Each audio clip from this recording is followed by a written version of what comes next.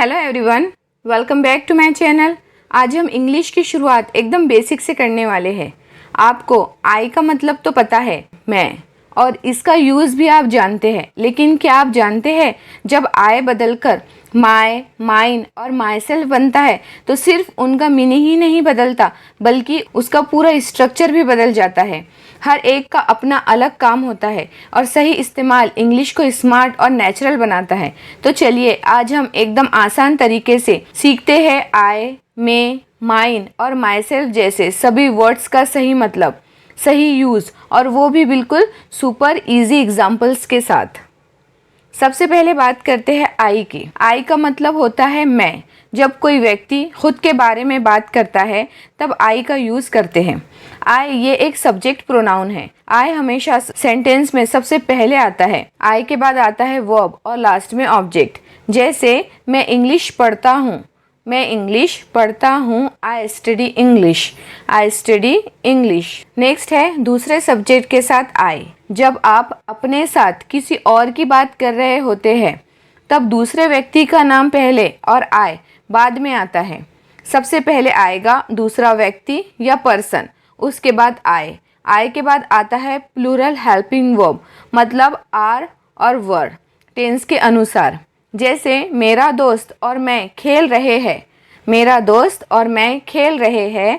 My friend and I R playing, my friend and I R playing.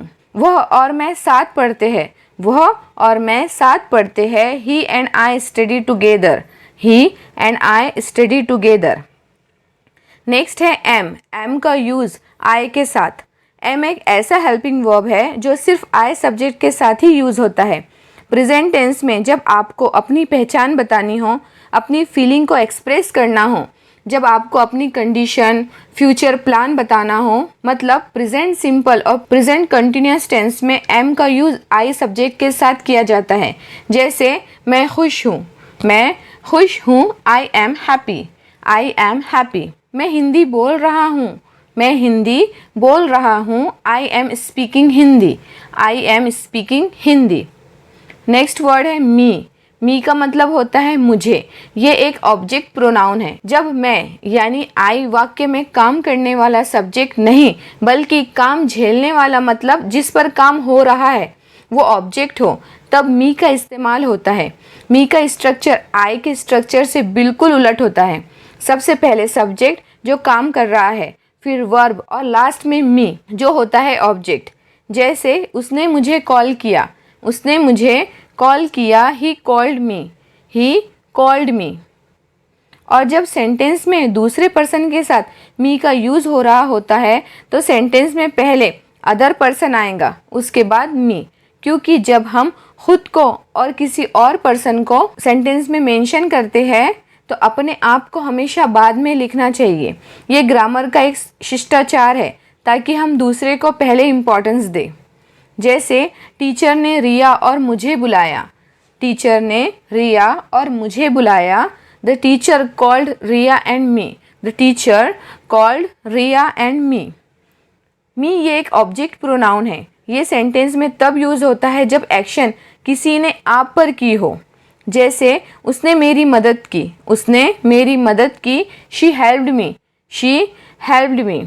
Next है my. My एक possessive adjective है। इसका मतलब होता है मेरा, मेरी या मेरे। ये हमेशा नाउन के साथ यूज़ होता है। माय दिखाता है कि कोई चीज़ मेरी है, मतलब किसी चीज़ से मेरा संबंध है। ये ऑनरशिप दिखाता है। जैसे यह मेरी किताब है, यह मेरी किताब है, this is my book, this is my book. वैसे ही my bag, my friend, my mobile and my house. Next है माइन। माइन का मतलब होता है मेरा, मेरी या मेरे। जब आप किसी चीज़ पर अधिकार मतलब ऑनरशिप दिखाते हो, जब माइन का यूज़ करते हैं तो ये नाउन के बिना भी यूज़ हो सकता है। मतलब हम माइन को किसी चीज़ के साथ डायरेक्ट नाउन नहीं लगाते, लेकिन दिस, दैट, दीज, दोज का यूज़ करते हैं। जैसे यह मेरा है, यह मेरा है, this is mine, this is mine. वह मेरा था, वह मेरा था, that was mine, that was mine. यह मेरा घर होगा, यह मेरा घर होगा, this house will be mine, this house will be mine। Next है myself। myself का मतलब होता है मैं खुद। जब काम खुद पे होता है तब हम myself का यूज़ करते हैं। ऐसे सेंटेंस में सबसे पहले सब्जेक्ट, फिर वर्ब और वर्ब के बाद myself। जैसे मैंने खुद को चोट पहुंचाई, I hurt myself। लेकिन जब हम किसी को ज़ोर देकर बताते हैं कि काम सिर्फ मैंने किया बिना किसी मदद के, तो तब हम myself का यूज़ सेंटेंस के लास्ट में करते हैं। जैसे मैंने खुद कमरे की सफाई की, I cleaned the room myself। ऐसे ही सेंटेंस में myself I के डायरेक्ट बाद भी यूज़ होता है, जिसका मतलब होता है मैंने ही, मतलब जो काम हुआ है वो मैंने ही किया है। जैसे मैं खुद मार्केट गया, I myself went to the market। हमारा नेक्स्ट सब्जेक्ट है यू, जिसका मतलब होता है तुम या आप या तुम लोग। जब हम किसी से डायरेक्टली बात करते हैं तो तुम मतलब यू का यूज़ करते हैं। यू सेंटेंस में काम करने वाला होता है, तो ये सेंटेंस में सबसे पहले आता है। जैसे तुम एक अच्छे इंसान हो, you are a good person. लेकिन जब हम यू को ऑब्जेक्ट की तरह यूज़ करते हैं तब यू का मतलब होता है तुम्हें या आपको। जब सेंटेंस में यू पर एक्शन की जाती है तब यू सेंटेंस के लास्ट में आता है। जैसे उसने तुम्हें बुलाया, शी कॉल्ड यू। नेक्स्ट है योर मतलब तुम्हारा या आपका। ये एक पॉजेसिव एडजेक्टिव है जो ऑनरशिप दिखाता है। योर हमेशा नाउन के साथ ही यूज़ होता है जो किसी चीज़ मतलब नाउन से संबंध दिखाता है। जैसे तुम्हारा बैग यहाँ है, your bag is here. Next है यूअर्स, जिसका मतलब होता है तुम्हारा या तुम्हारे वाला। यूअर्स के साथ नाउन नहीं आता क्योंकि यूअर्स खुद नाउन का रिप्लेसमेंट होता है। यूअर्स के स्ट्रक्चर में दिस, दैट, दीज, दोज का यूज सेंटेंस में सबसे पहले होता है। जैसे यह पेन तुम्हारा है, this pen is yours. Next है योरसेल्फ मतलब आप खुद। जब सब्जेक्ट और ऑब्जेक्ट एक ही पर्सन हो यानी काम आप खुद पर कर रहे हो। जैसे तुम खुद को दोष देते हो, यू ब्लेम योरसेल्फ। नेक्स्ट है योरसेल्व्स। ये योरसेल्फ का प्लूरल है जिसका मतलब होता है आप लोग खुद। जब आप किसी काम का एक्शन अपने आप पर कर रहे होते हो, वो भी ग्रुप के साथ, तो योरसेल्फ का यूज वर्ब के तुरंत बाद होता है। यहाँ यू प्लूरल होता है। जैसे तुम सबको खुद का सम्मान करना चाहिए, यू शुड रिस्पेक्ट योरसेल्फ। लेकिन जब आप दिखाना चाहते हो कि काम किसी और ने नहीं बल्कि तुम लोगों ने खुद किया है, इस बात पर जोर दिया जाए, तब योरसेल्व्स यू के तुरंत बाद आता है। जैसे तुम लोगों ने खुद ये कहा था, यू योरसेल्व्स सेड दिस। बहुत बार हम योरसेल्फ और योरसेल्व्स में कंफ्यूज होते हैं, तो चलिए इनका मेन डिफरेंस समझते हैं। जब आप एक व्यक्ति से बात कर रहे हो तब हम योरसेल्फ का यूज करते हैं, जिसका मतलब होता है तुम खुद या आप खुद। जैसे तुमने खुद को चोट पहुंचाई, यू हर्ट योरसेल्फ। लेकिन जब हम एक से ज़्यादा लोगों से बात करते हैं तो योरसेल्व्स का यूज़ करते हैं।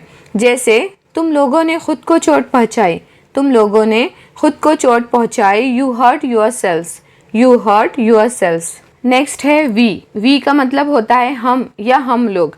जब आप खुद को किसी और के साथ जोड़कर बात करते हैं तब हम वी का यूज़ करते हैं। वी ये एक सब्जेक्ट प्रोनाउन है, इसलिए सेंटेंस में सबसे पहले आता है। जैसे हम दोस्त हैं, वी आर फ्रेंड्स। नेक्स्ट है अस, जिसका मतलब है हमें या हमको। काम रिसीव करने वाला ऑब्जेक्ट होता है, इसलिए सेंटेंस के लास्ट में यूज़ होता है। जैसे क्या तुम हमें सुन सकते हो, can you here us. Next है अवर एक पॉजेसिव एडजेक्टिव है। ये बताता है कि कोई चीज़ हमारी है, यानी हमारा, हमारी या हमारे। अवर के बाद हमेशा कोई नाउन ही आता है। जैसे हमारा घर बड़ा है, हमारा घर बड़ा है, our house is big, our house is big. Next है अवर्स। अवर्स, अवर्स एक पॉजेसिव प्रोनाउन है। इसका मतलब होता है हमारा, हमारी या हमारे। लेकिन ध्यान रहे अवर्स के बाद कोई नाउन नहीं आता। नाउन सेंटेंस में रिपीट ना हो इसलिए हम अवर्स का यूज़ करते हैं। जैसे यह किताब हमारी है, यह किताब हमारी है, this book is ours, this book is ours. Next subject है दे। दे जिसका मतलब वे या वे लोग। दे ये सब्जेक्ट होता है इसलिए सेंटेंस के शुरू में आता है। जैसे वे छात्र है, वे छात्र है, they are students, they are students. Next है देम। देम ये ऑब्जेक्ट प्रोनाउन है जिसका मतलब होता है उन्हें या उनको। देम ये हमेशा ऑब्जेक्ट होता है यानी जो काम को रिसीव करता है, इसलिए सेंटेंस में लास्ट में आता है।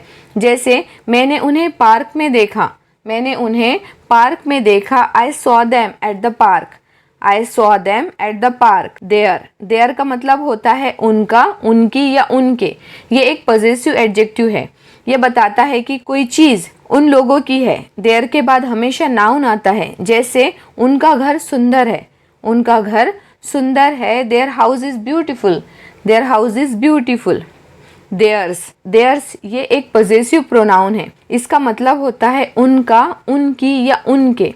लेकिन इसके बाद कोई नाउन नहीं आता। ये तब यूज़ होता है जब नाउन का जिक्र पहले हो चुका हो और हमें उस नाउन को दोबारा रिपीट नहीं करना। इसलिए हम these दैट जो सिंगुलर के लिए यूज़ होता है और प्लूरल नाउन के लिए these those वर्ड्स का यूज़ करते हैं। जैसे यह पेन उनका है, यह पेन उनका है, this pen is theirs, this pen is theirs. ये किताबें उनकी है, ये किताबें उनकी है, these books are theirs, these books are theirs. Next है ही। ही का मतलब होता है वह। ही का यूज़ तब होता है जब कोई लड़का या पुरुष सेंटेंस का सब्जेक्ट हो यानी जो काम कर रहा हो। जैसे वह क्रिकेट खेलता है, वह क्रिकेट खेलता है, ही प्लेस क्रिकेट, ही प्लेस क्रिकेट। हिम, हिम ये एक ऑब्जेक्ट प्रोनाउन है जिसका मतलब होता है उसे, उसको या उससे जब बात किसी लड़के या पुरुष की हो। जैसे मैं उसे देखता हूँ, मैं उसे देखता हूँ, आई सी हिम, आई सी हिम, आई सी हिम। हिज, हिज का मतलब होता है उसका, उसके या उसकी। हिज का इस्तेमाल ऑनरशिप मतलब मालिकाना हक दिखाने के लिए करते हैं। जब बात लड़के या पुरुष की हो तब हिज का यूज़ नाउन के पहले होता है जब हम दिखाना चाहते हैं कि कोई चीज़ किसी पर्सन की है। जैसे उसकी कार नई है, उसकी कार नई है, his car is new, his car is new. Next है हिमसेल्फ। हिमसेल्फ, हिमसेल्फ का मतलब है वह खुद। हिमसेल्फ बताता है कि ही ने अपने आप काम किया, किसी और के मदद नहीं ली थी। जैसे उसने खुद समस्या हल की, उसने खुद समस्या हल की, he solve the problem himself, he solve the problem himself. Next subject है शी। शी का मतलब होता है वह, जो एक लड़की मतलब फीमेल के लिए यूज़ होता है। शी ये सब्जेक्ट प्रोनाउन है जो सेंटेंस के शुरू में आता है।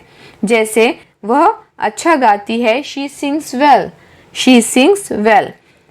हर, हर ये एक ऑब्जेक्ट प्रोनाउन है जो फीमेल मतलब किसी एक लड़की के लिए यूज़ होता है जिसका मतलब होता है उसे, उसको या उसकी। हर ऑब्जेक्ट की तरह सेंटेंस के लास्ट में आता है। जैसे मैं उसे जानता हूँ, मैं उसे जानता हूँ, I know her, I know हर।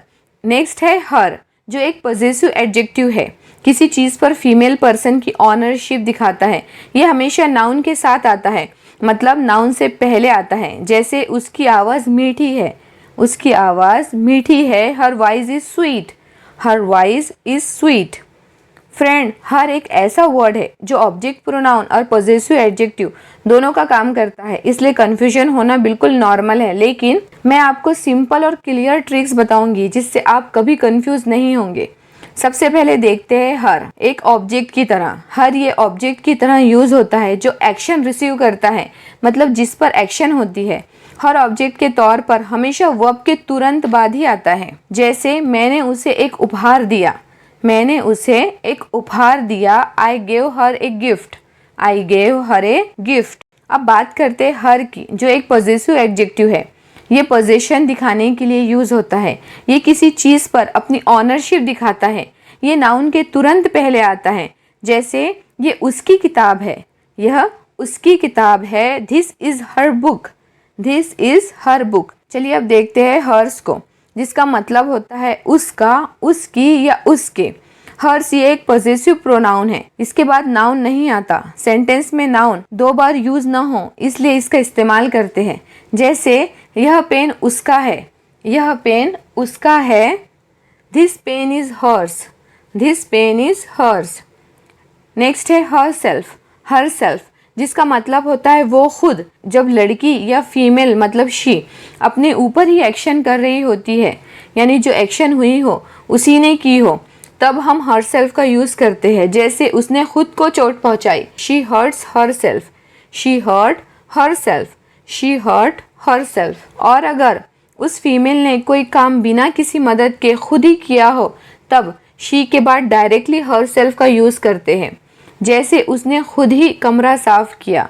उसने खुद ही कमरा साफ किया। She her self clean the room. She her self clean the room. Next subject है इट। इट ये एक सब्जेक्ट प्रोनाउन है जिसका मतलब है यह या वह। इट ये एक सब्जेक्ट प्रोनाउन है जिसका मतलब है यह या वह। It non living things, animals, weather, time या डिस्टेंस के लिए यूज होता है। इट ये सब्जेक्ट है इसलिए सेंटेंस में सबसे पहले आता है। जैसे यह एक बिल्ली है, यह एक बिल्ली है। It is a cat. It is a cat. It ये सब्जेक्ट नहीं बल्कि ऑब्जेक्ट के रूप में भी यूज होता है, जिसका मतलब होता है इसे या इसको। जब कोई एक्शन इट पर होता है, यानी इट पर कोई एक्शन किया जाता है, तब इट ऑब्जेक्ट होता है। जैसे हमने इसे देखा। हमने इसे देखा। We watched it. We watched it. Next है इट्स। इट्स का मतलब इसका या इसकी या इसके। ये किसी नॉन लिविंग थिंग्स या एनिमल की ऑनरशिप मतलब मालिकाना हक दिखाने के लिए यूज होता है। इट्स हमेशा नाउन के पहले आता है। जैसे इसकी पूंछ लंबी है। इसकी पूंछ लंबी है। Its tail is long. Its tail is long. Next है इटसेल्फ। इटसेल्फ ये एक रिफ्लेक्सिव प्रोनाउन है जो इट सब्जेक्ट के लिए यूज होता है। इटसेल्फ का मतलब होता है वह खुद या यह खुद। ये तब यूज होता है जब इट सब्जेक्ट खुद पर ही एक्शन करता है, मतलब सब्जेक्ट और ऑब्जेक्ट दोनों सेम होते हैं। यह खुद को चोट पहुंचा बैठा। It hurts itself. It hurts itself. जब कोई काम खुद ही से होता है तब इटसेल्फ का यूज करते हैं। मशीन खुद रुक गई। मशीन खुद रुक गई। The machine stopped itself. The machine stopped itself. So friends, आज हमने सीखा कि आई, मी, माई, माइन और माई सेल्फ या ही, हिज, हिम, हिमसेल्फ जैसे प्रोनाउन सिर्फ सब्जेक्ट नहीं होते, बल्कि इनके अलग अलग फॉर्म्स होते हैं जो सेंटेंस में अलग अलग काम करते हैं। अगर आपको ये वीडियो हेल्पफुल लगा तो लाइक और शेयर करें और हमारे चैनल को सब्सक्राइब करना ना भूलें। मिलते हैं नेक्स्ट वीडियो में। तब तक कीप लर्निंग।